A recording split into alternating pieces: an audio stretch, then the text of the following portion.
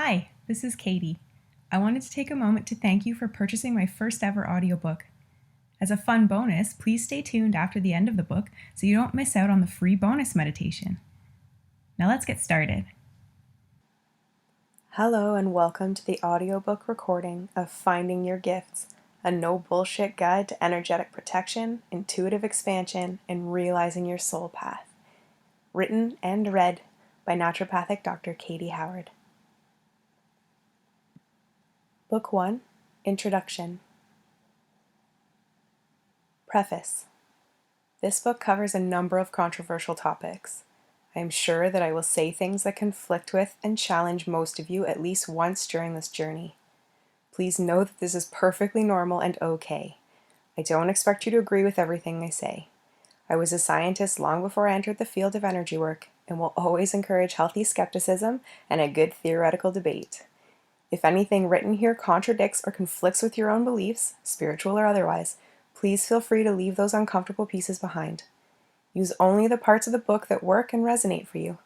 Trust your gut and begin to use these parts to continue on your journey to becoming your true psychic self.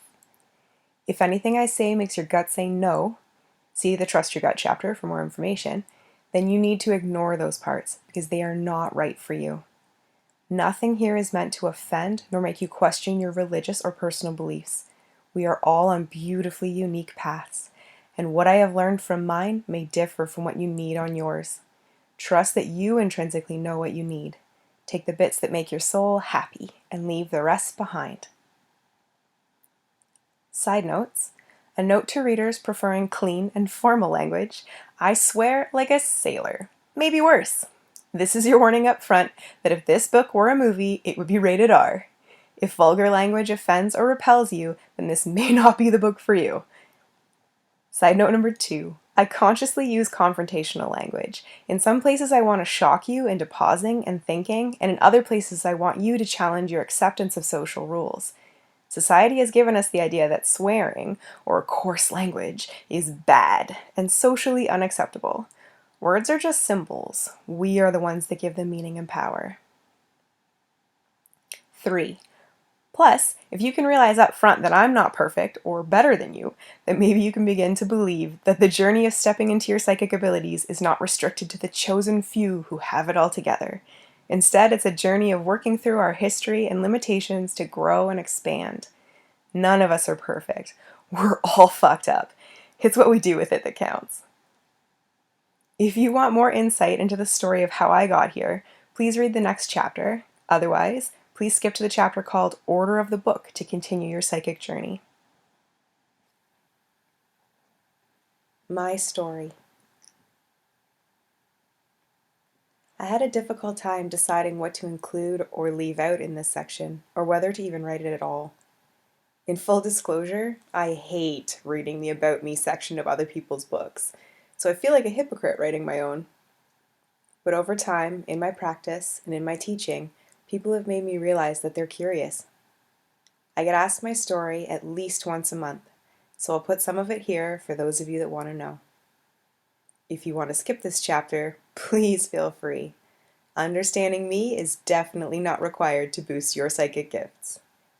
For those of you who are curious how a seemingly normal woman in her mid-30s came to write a weird-ass book like this, read on. Summing up a life, even a youngish one, isn't the easiest thing to do, so I'll start at the beginning and go from there. Here we go. I was raised by parents who both had a history in Christianity, but who refused to actively shape my religious beliefs. When asked, they would vaguely state that I had to make up my own mind and wouldn't share what they believed, no matter how many times I asked. I felt disconnected from faith for a long time. Perhaps that's how I ended up in the sciences. I loved examining the world piece by piece and then having all of the pieces fit into beautiful boxes that could be understood. I did my first degree in microbiology and molecular genetics at the University of Toronto. I loved that no matter how small you went, things just got more and more organized and boxable. Occasionally, things would come up that had yet to be explained by science, but I just conveniently placed those in the will be explained by science in the future box and moved on. Science was my religion and life was awesome. Later, I experienced increasing incidents of synchronicity. See later chapters for more stories. And my beliefs began to crack a teeny tiny bit, but not enough to warrant a full review. So I just looked away and carried on. If asked, I would vaguely say that I believed in a higher power, but otherwise just avoided the topic entirely and never thought much about it. Ignorance really was my bliss, but definitely not my soul path. I always knew that I was drawn to helping others, or possibly that others were drawn to seeking help from me. It's like the chicken or the egg, I guess. I spent a long time having a feeling of wanting to help people using counseling, medicine, coaching, writing, and learning. For the first 23 years, I hadn't found that path yet. I had just towed the line of what was expected of me, completing an honors Bachelor of Science degree at the University of Toronto. I had a specialist in microbiology that had fed my passion for science, but left me only able to get a menial job in a laboratory or able to continue with further education. I decided to get out in the real world and get some work experience instead. So I waitressed, tended bar, and then landed a contract position as a receptionist at a local headhunter firm. Like so many 20-somethings, I felt lost and confused about what the future would hold for me. So I set a goal to save up for backpacking Europe and put my nose to the grindstone. Ironically, it was just as I stopped trying to figure out what to do that the answer came to me, and I found my soul path in a Google search. As the ridiculous overachiever that I am, I would often finish my full week's paperwork by noon on Monday, but had to appear busy for those applicants waiting in the waiting room, so I would spend hours learning random things on the internet. My uncle is a career coach and had provided me with some aptitude testing to see what career paths I would be suited for, and gave me a few websites to check out for more information. After examining journalism, I pulled up the information on medical doctors. I always thought that I wanted to go to med school just to learn everything about how the body works, but that I didn't want to actually become a medical doctor. I'd never met a truly happy MD and concluded that maybe the career path had something to do with it. Then, that life-defining moment happened, and at the top right corner of the page I was reading, I saw Related Fields, with a little arrow you could click. I immediately clicked, and a page loaded describing naturopathic medicine, a profession I'd never even heard of. As I read on, I discovered it included counseling, nutrition, medical education, coaching, and so much more. Heart pounding, I Googled where this school was offered and found the Canadian College of Naturopathic Medicine, located in my home city of Toronto.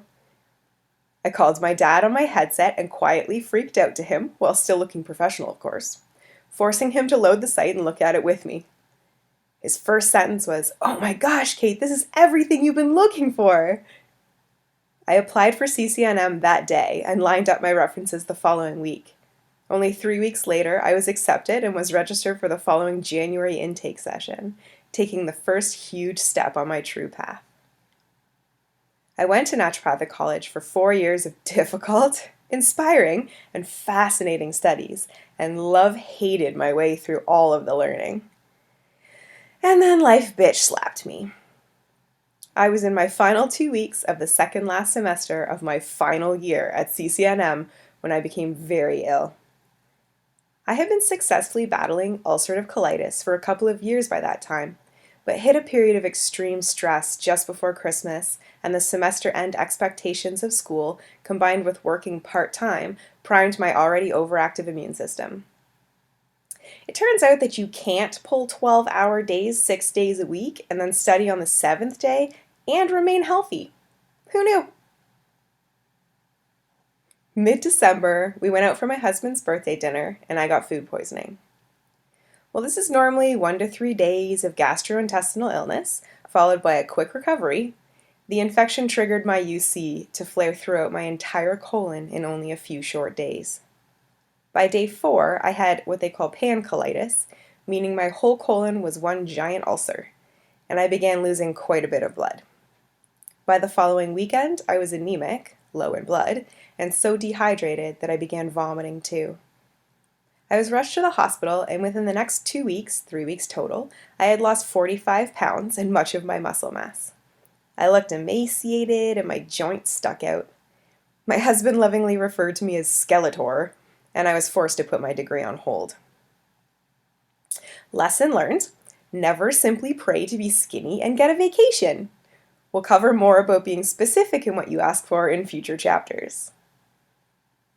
Over the next 5 months, in and out of hospital, I slowly lost my ability to walk without a walker, and then wasn't even able to stand up straight. It was a long journey that culminated in me being bedridden and requiring surgery to have my colon removed. The surgery began as laparoscopic, with the tiny cameras and little incisions, but soon they found that my colon had actually already perforated or popped a hole in 3 places. Immediately, it turned into emergency open abdominal surgery. They removed my colon and flushed my abdomen with antibiotics, saving my life. Unfortunately, I still ended up with sepsis, blood poisoning, and peritonitis, an infection of the whole abdominal lining after the surgery, and I didn't regain full consciousness until a few days later. I am told during this, forgotten by me, recovery period, they could not stabilize my pain with the medications, and that I did briefly die, or code blue, as my husband watched helplessly. Fortunately, the medical teams at Mount Sinai in Toronto were phenomenal and revived me quickly. A few days later, I woke up and began the slow process of healing and retraining my body how to walk and climb stairs. The full story is much longer, and you can read my blog of the experience at bathroombound.wordpress.com if you're curious.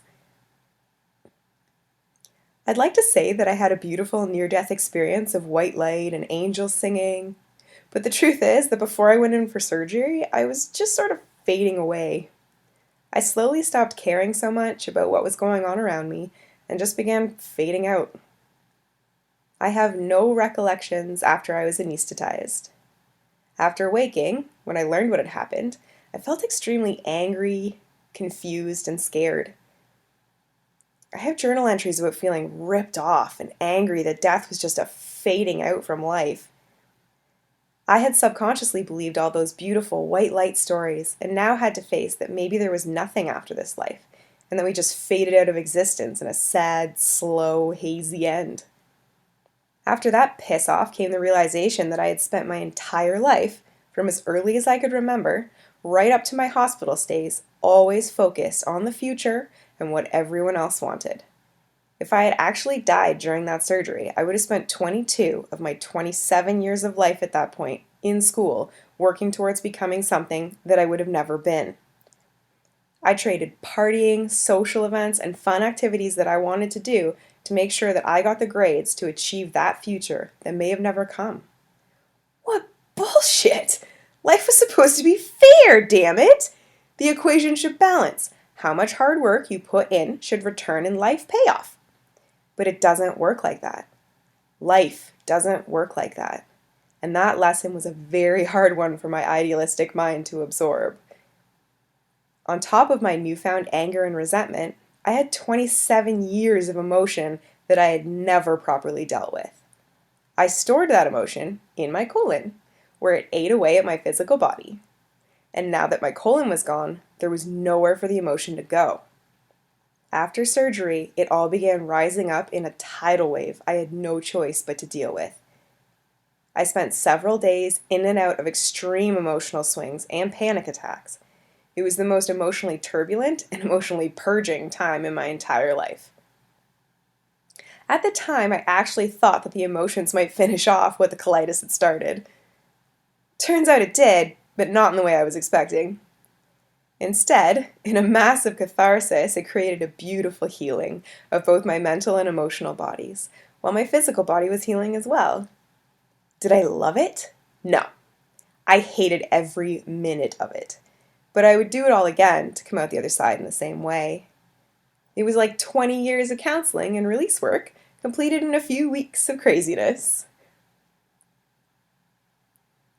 Apparently during this time, while I was also very medicated for pain, I began talking to people in the hospital who weren't really there. My mother explained later that she would laugh and sometimes get creeped out while I had conversations with invisible people. She later told me that I used to do that as a child as well. Where was that information for the last 20 years, Mom? Because of my science faith, I just thought I was maybe hallucinating or going crazy. And to back that theory up, many years ago, my brother was repeatedly hospitalized for delusions, mood changes, and hearing voices. And although he was never formally diagnosed by any of his psychiatrists, he was suspected to be schizophrenic, which I now believe is ungrounded psychic abilities. Since there's a genetic component to mental illness, I figured that this was my time to follow in his footsteps. I started mentally preparing myself for psychiatric appointments and a barrage of medications. My mom told me, just as calm as can be, that she thought that I was just talking to ghosts. What? Ghosts? I was not ready to deal with even considering that thought, and since I had no conscious memory of what had happened, I decided to believe I was hallucinating on the pain medication and leave it at that. Whenever uncertainty hit, I could always rely on my science brain for a nice, safe, in-the-box answer. There was a wonderful quiet period of my life here where I lived in blissful ignorance. I'd finished my naturopathic degree, wrote and passed my board exams, moved up north, and started my own naturopathic clinic. While I worked, I always knew I was very intuitive and could easily sense other people's emotions, but I never thought much about it. Then things slowly began happening that I couldn't ignore. I started knowing, and becoming aware that I shouldn't know, what to ask people to make them open up more and clear their emotional backlog. Then I started actually sensing energies on and in people while doing Reiki on them, a healing technique using one's hands. Later, I began seeing images in my mind. At first they appeared like black and white photo negatives, and gradually, with practice and over time, they flipped and became colored and more detailed. Then I began hearing things inside my head, and so on. As I used my abilities to help others, more abilities started appearing for me to use. Eventually, I realized that I'm a mirror, which means that I'm able to take on the abilities of another person when they're in my presence and can do what they can do. I believe this helps me to fulfill part of my purpose in teaching others how to use their gifts and guiding them to their soul path and inner truth. Finding my soul path? I don't think we can look at our soul path as a final destination or as finding the right place, but more as being on the correct journey. I know from my own experience, with each step I take on this path, it seems to blossom into something entirely different than what I was expecting from the step before. I thought I'd be a research scientist, then I thought I'd be a naturopath, and that eventually added being an energy healer. More recently, I've become a teacher and now a writer too. I guess it's easiest to see this progression of roles becoming tools I use to do the same work in different ways. Ultimately, my soul path is to guide other people to their soul paths. There's nothing on earth I find more fulfilling or exciting than that. I hope this book can be part of that work in helping you dive into your own psychic abilities and intuition so you can get out there and find the path for yourself. So let's do this! Order of the book. This book contains a wide base of knowledge for getting started into your psychic abilities. I realize that each of us comes from a very different base of knowledge and experience, so I've tried to make this book accessible no matter what step or stage you're currently working on. For some of you, this will be some repetition of things you already know. For others, it will be an unlearning and a reset. And for the rest of you, it will feel like a very large download of new knowledge and information. No matter where you are in that spectrum, please feel free to take your time and work through it all at your own pace. The only request I will make is for you to do your best to work through the book in the order presented. I promise that there's a method to my madness, however unclear it may be at times, so please do not skip ahead when you hit the practice portions of the book. Stepping into your psychic gifts requires a strong foundation. It will take time and effort to build that foundation. But by putting in the work in the early part of the book, you can create a strong and broad base for building a beautiful tower of abilities of any height and type you desire. At first, we will begin this journey with recommendations for the physical, mental, and emotional preparation required to allow you to open up into your psychic gifts. Once you've prepared yourself and developed a base of skills required to work from, I will go through an explanation of energy, psychic abilities, and what to expect from your psychic experiences. During those chapters, I will define terms and guide you in how to manifest and shape energy in your life and your relationships. For some extra fun, we will review and explain a variety of tools you can use to tap into your psychic gifts in a more tangible way. Then later in the book, we will go over ways of sensing and understanding energy in your body and your surroundings. We will prepare you how to shield and protect yourself from negative energy, as well as how to remove and cleanse away any unwanted energy from objects, yourself, and your surroundings. This includes guidance on removing old emotional cords and relationships that are no longer serving you. Finally, we will go through how to close up the energy you've worked with and how to avoid common energy work pitfalls so you can continue in your work and play without feeling drained or burnt out. Throughout the book, there will be a series of journal and experiential exercises to help guide you through each step of the process. If you would like more information, you can find additional training resources, videos, and audio recordings of the guided meditations at www.findingyourgifts.ca. The ultimate goal of this book is to help you safely step into your psychic abilities while discovering, or flowing more easily along, your soul path. This is just one step of your journey, and you've got important shit to do in this life. So let's get started.